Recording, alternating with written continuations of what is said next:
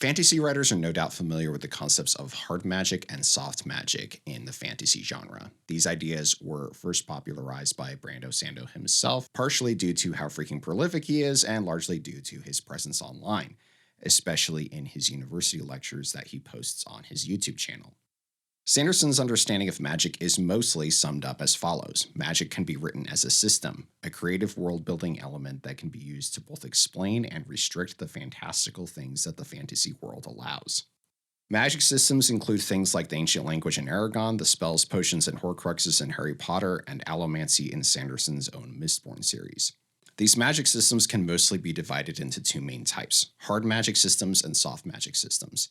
Hard magic has clear rules. Whatever magic happens in this world is predictable based upon the rules of the system. If you use such and such incantation, it results in such and such effect. If you burn tin in your stomach, it'll increase your senses. These things are repeatable and falsifiable. The characters might not know everything about their magic system in their world, and if you're Brandon Sanderson, then part of the point of the magic system is that you reveal it as the story progresses. The characters learn about the magic system as they go through the story. This has a lot to do with Sanderson's gamer approach to writing, but that's a topic for another video. In contrast to hard magic, soft magic's rules are not super clear. In a world where the magic is soft, the magic is largely mysterious and unknown.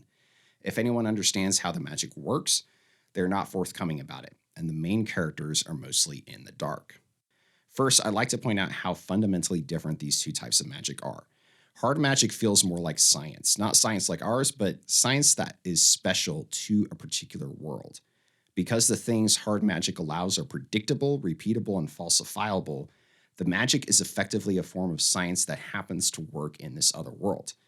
In a lot of cases, the magic system begins to seem just like a description of natural phenomena within this other world. In other words, it's just a type of fictional science.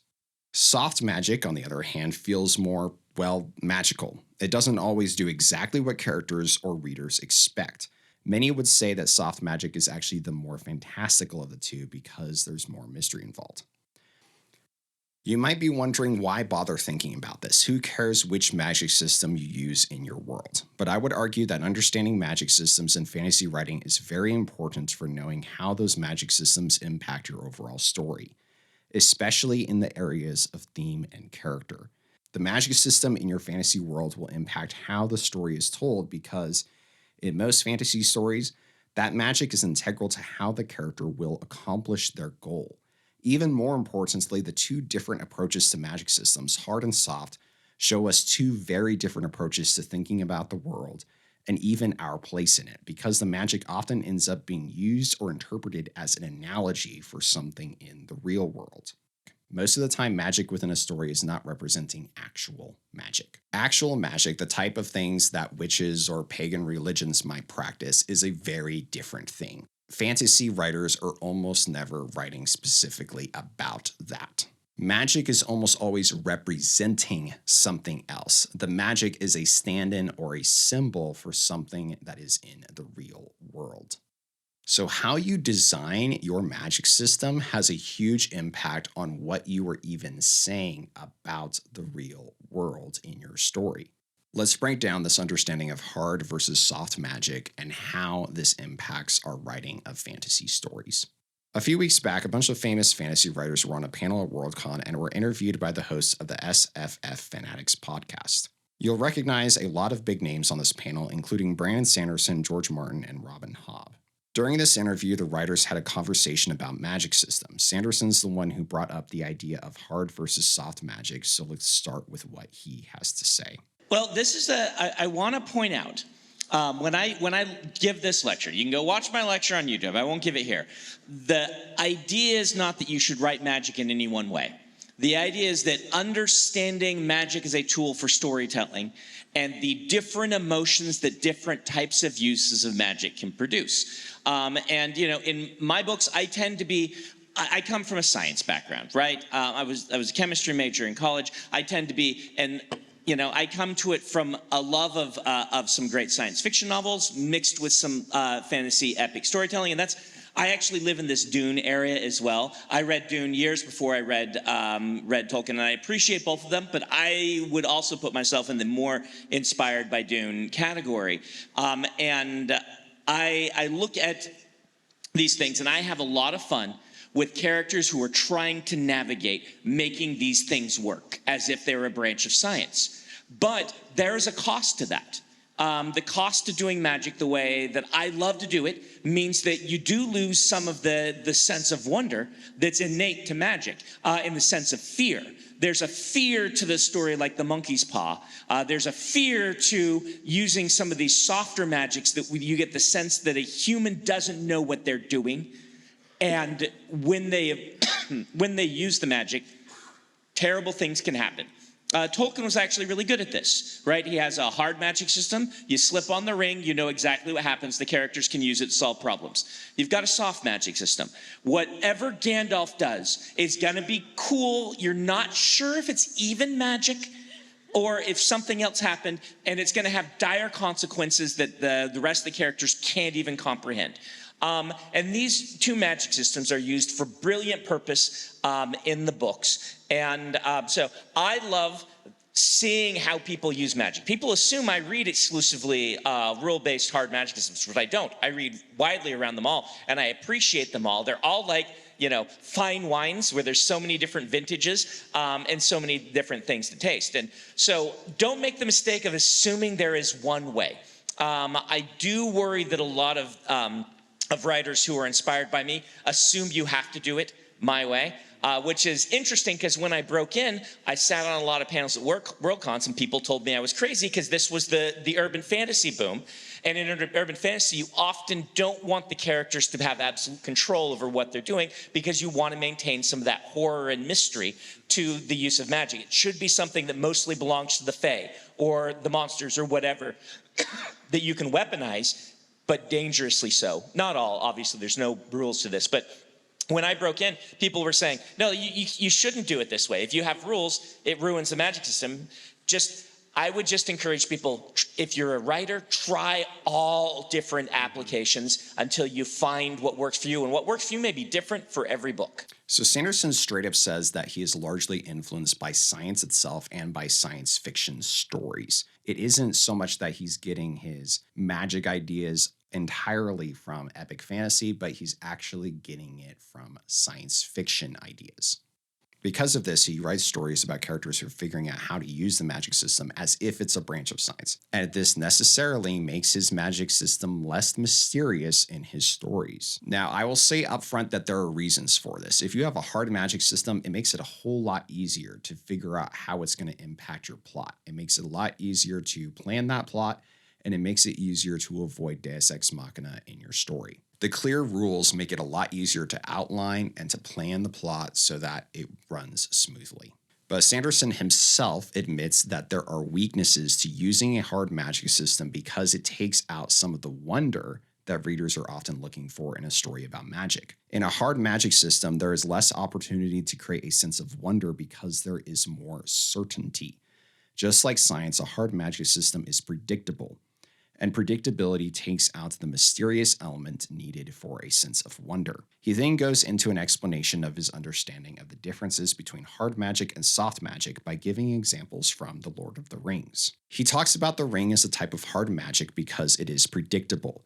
It has rules that make it possible for the reader to know what it's going to do in the story. Gandalf, on the other hand, has a type of soft magic because the reader's never certain what he's going to do or what he's capable of. Now, I think this understanding is fine, but it doesn't actually get to why Tolkien designed these types of magic so differently. What was Tolkien trying to do when he designed this? And here's where we get to the storytelling and thematic impact of magic systems. At the time Tolkien was writing, he was obviously not thinking the ring will be a hard magic system and Gandalf will use a soft magic system. Those ideas were not around at the time. Instead, Tolkien was concerned with what these magical elements in his story represented, or at least what people would think of when they read about them. Let's start with Gandalf because that's fairly straightforward. Gandalf is a Maiar in Tolkien's mythology. He is something like an angel or a lesser god, a being who has existed since Middle-earth's creation. He is in Middle-earth as an agent of goodness, serving Ero Iluvatar, the creator of all things, who clearly represents God. So when we think about his magic and how it works, his magic all has to do with his connection to the divine. His magic does not reside only in himself. He doesn't bring himself back to life, but is sent back to Middle-earth by divine authority. So his magic, I think it is safe to say, isn't representing magic itself. As a Catholic, Tolkien would not have been interested in actual magic. Instead, Gandalf's magic represents divine intervention. This explains why Gandalf's magic is not predictable. We are never certain what Gandalf can do or why exactly he chooses to do one thing over another. This echoes our experiences of how divinity works in the real world. God does not work within any rules or restrictions that we would come up with. Divine intervention is not something that can be understood from a human perspective. God will do whatever fits his will, regardless of how characters or readers understand it. From a modern perspective, this would seem like a very soft form of magic because it does not have clear rules and boundaries. But Tolkien was not writing with a magic system in mind. He was writing a character who had been given authority and power from a divine figure. And now when we look back at it, we see something that looks like a magic system that would be considered soft. In contrast, the ring is more predictable and is what Sanderson calls a type of hard magic. This totally makes sense because, as we discussed earlier, hard magic systems act more like science in a story. As it turns out, the ring comes from a person who is very interested in a predictable system of rules that could be manipulated in order to bring about a desired outcome. Sauron creates the ring using his skills of craftsmanship. He is a maker of things, and especially a maker of weapons and ways to control the world around him. The ring really is a type of technological power. It's impossible to miss the allusion to science and technology in the modern era when we look at all of the things that Sauron and his minions do. In his day, Tolkien saw the development of technology to wage war and the disastrous effects of that. So it only makes sense that Tolkien cast Sauron as a figure who is using a type of technology to control others and bring creation under his control. He is using a type of science in order to control nature. After all, we humans do the same thing in the real world, using technology created through science to impose our own will upon the world. So Sauron's magic could be seen as a direct contrast to Gandalf's magic, for while Gandalf's magic is all about doing whatever the divine wills, Sauron's magic is all about doing what he himself wills. And Tolkien makes this magic similar to technology and even similar to a scientific system. And he does that for a reason, because he sees that science is the way that, in his age, human beings are manipulating the world around them so that they can be in control. So now when we apply our current fantasy genre labels to this, we see this as a hard magic system. Not because Tolkien wrote with that label in mind, but because he was writing a type of magic that was similar to scientific and technological power. No doubt you can begin to see how a story's magic system has a lot of implications about what the story is saying. A soft magic system is better for representing something spiritual like divine intervention. In direct contrast, a hard magic system is going to correlate to something more like science or technology. Soft magic lends the characters to having to trust the will and power of another, while a story with hard magic is asking the characters to take control of their own knowledge and skills. To know what type of magic system you want, you really have to think about what type of story you are writing. Are you writing a story in which the characters gain power and use it to make their own way in the world? Or are you writing a story in which characters must give up their own control and trust in the power of someone wiser and more powerful than them? These are extraordinarily different moral frameworks that each can shape a story, and the magic system you choose will impact what moral questions are being put forward. In addition, character arcs are shaped by how the magic works. Will the main character be trying to gain power and control in the story, or will they need to learn to relinquish control to someone else? Or will the story include both, as in the case of The Lord of the Rings? Themes are also informed by the fantasy story's magic system. Consider what magic represents in your world.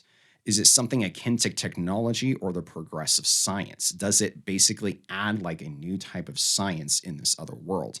In that case, a hard magic system makes a lot of sense. But if the magic has more to do with spirituality and moral character, a soft magic system would be more fitting. Some writers might take a note from Tolkien and consider two very different approaches to the worlds, using something like a hard magic system and a soft magic system within the same world in order to contrast the two. In fact, another of the panelists, Ryan Cahill, brings up this idea when he addresses the topic. But I love the exploration of something that's understood and something that's not understood. And when I'm writing my own books, I like to have both, because a little knowledge is a dangerous thing. So as soon as someone believes they understand something, it opens up a whole realm of world building. You look at the Wheel of Time, you look at the Breaking. People who thought they knew more than they did. People who thought they had a larger grasp of magic, and then you're going back to a soft magic system where they actually don't understand what they're doing, which is, it is science. It's people not understanding. People who create, like you look at the atom bomb, you look at people creating something for one purpose, not understanding how it can be used for a different purpose. And so, like, when I really find magic systems or any magic that I love the unknown is incredible. When you see panels that are solely based on Tolkien or someone else, it's always about the things we don't know. What is Tom Bombadil? That happens all the time because we don't get the answer. And that's why magic is wonderful, because you don't get the answer. But it's also amazing to play with the craft element of, well, I do know, I have a system, I know how it works. And then it fails because you didn't know as much as you thought you did, because magic is magic. But having the two of them is a really cool dichotomy to play with when you're writing. Cahill brings up this point that a magic system can be a great opportunity to explore the elements of human hubris. People think they understand how the magic works, but it turns out that their understanding was flawed and everything is ruined by their overconfidence. The hubris of man can be shown in such a magic system, and this type of writing elements can lead to plot and theme moments dealing with that type of real-world issue. Our hubris is one of the greatest problems humanity has, and Cahill himself illustrates this by comparing powerful magic with something like the atom bomb. And once again, here we are comparing science with magic. Magic and science are actually extremely similar in that they're both about power and our own hubris, especially when it comes to overestimating our own wisdom and our ability to use that power. When we look back at history, we see that the practice of actual magic was motivated by the same type of thinking. If only we could control the natural world. C.S. Lewis, in his essay Imagination and Thought in the Middle Ages, remarks about the philosophical nature of magic in contrast to that of astrology, saying, "We must never allow ourselves to think of astrology as something that belonged to the romantic or the dreaming or quasi-mystical side of the mind. Above all, we must not connect it with magic. Astrology was a hard-headed, stern, anti-idealistic affair, the creed of men who wanted a universe which admitted no incalculables. Magic sought power over nature. Astrology proclaims nature's power over man. Hence, the magician is the ancestor of the modern practicing or applied scientist, the inventor, the astrologer of the 19th century philosophical materialist." While it's tempting to unpack everything he's saying here, that would require more thorough analysis of the essay than this video would allow. Instead, let's focus on this idea of what magic is doing in the pre-modern age. Magic was about having power over nature, and Lewis points out that this makes magic the ancestor of applied science, the type of science that does something to the world. This is the exact same instinct that these fantasy writers have about magic and science. Magic and science are cut from the same cloth of humanity's psychology. It's all about a system of control that can be used to apply power over nature. Wants to make an illness go away? Try a potion or a pill. Wants to make fire? Try an incantation or a match. Wants to turn lead into gold? Try alchemy or nuclear physics. Speaking of alchemy, one of the most important scientists to ever live, Isaac Newton, was just as interested in mixing alchemical ideas with protochemistry as he was in his theory of gravity. In fact, he wrote over 1 million words on the topic. While not strictly speaking magic, alchemy had origins in similar practices, including rituals and the use of symbols and correspondences to try to bring about a change in the natural world. My point is that magic and alchemy all come from the same motivation as science, which is to control and manipulate the world and people's circumstances. They are all systems of knowledge that are attempting to take control of people's situations. Whether this involves spiritual beliefs or not, all such practices had the same goal in mind: man having power over nature. In fantasy stories, we see this play out time and time again. Magic, especially in a hard magic system, works as a way to represent science and the power it gives us to control and manipulate the worlds around us. In fact, later on, the panelists continue to emphasize the point of science's similarity with magic. This is magic because I don't know how it works, but it works. So any sufficiently advanced technology / science is indistinguishable from magic. Any sufficiently reliable magic is indistinguishable from science. I take a match out of a box and I can make fire anytime. But that's because I know there's the chemicals and the friction, and it works. But, you know, I don't like Apple magic. I like the kind of magic I have. George, we'll have a And masterclass Google after the is panel. evil magic. Google magic, that's really bad stuff. That's not sufficiently reliable magic. So Well, the AI magic is going to get all of us. And it's right around the corner, and it's going to get you. It will. It's bad stuff. Yeah, that's the dark magic. So There's something really interesting going on under the surface of this conversation. The fantasy writers are saying this somewhat tongue-in-cheek when they call technology magic, but I think they are speaking what they really believe. These things really are like magic. Phones, the internet, and especially AI are things that most of us don't understand. What's really strange here is that magic is similar to science for the opposite reason that science is similar to magic. We don't know everything about it. Throughout this video, I've been pointing out how a hard magic system is like science because of its system of rules and its predictability. I've also made the point that if we look at history, magic and science have the exact same goal of controlling nature. This is especially true for a hard magic system, but the magic doesn't actually have to be a hard system in order to be seeking to control things. So we see how magic is similar to science, but now we can double down on this point by showing it the other way, how science is similar to magic. In the Dune series, the navigators are able to use the spice melange to alter their minds, giving them the capacity to safely guide faster than light travel through the cosmos. The spice also gives people longer lifespans and, even in some cases, the ability to predict future events. Dune, being a science fiction series, talks about this as a type of highly advanced science. But of course, we don't know how any of this works. Spice's quality to give humans such abilities is, for all intents and purposes, basically magic.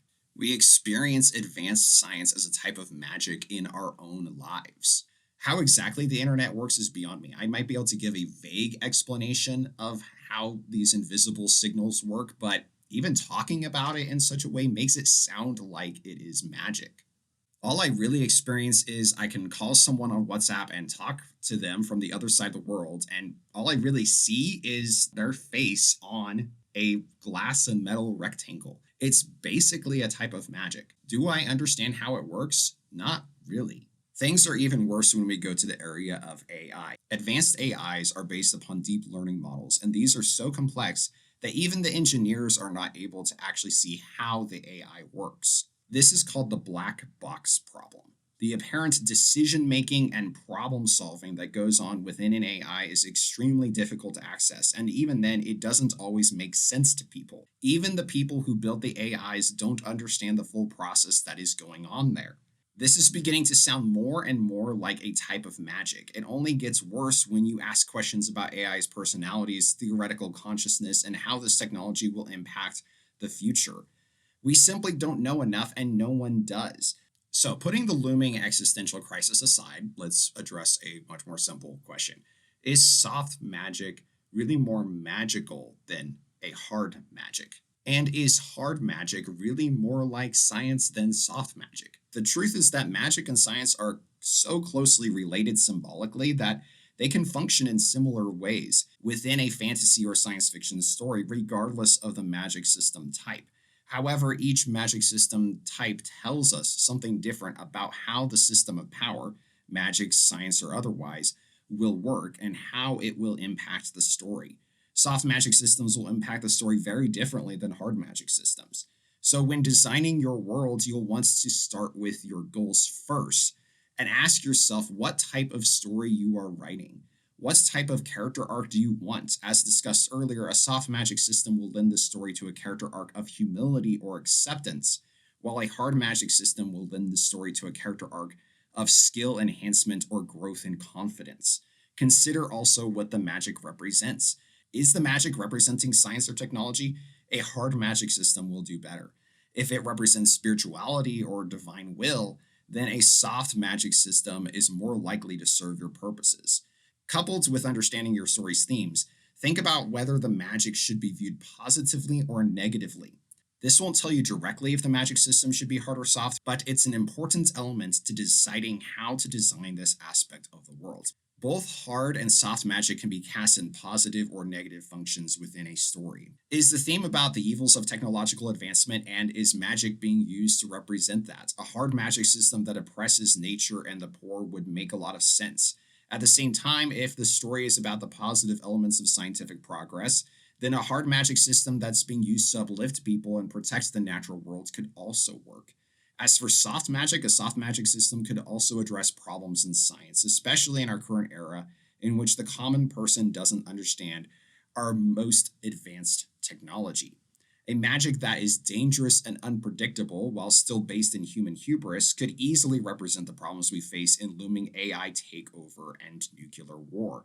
Or perhaps you want to get completely away from thinking about science and technology. Magic can represent spirituality, the powers of the unknown, or the hidden strength of artists.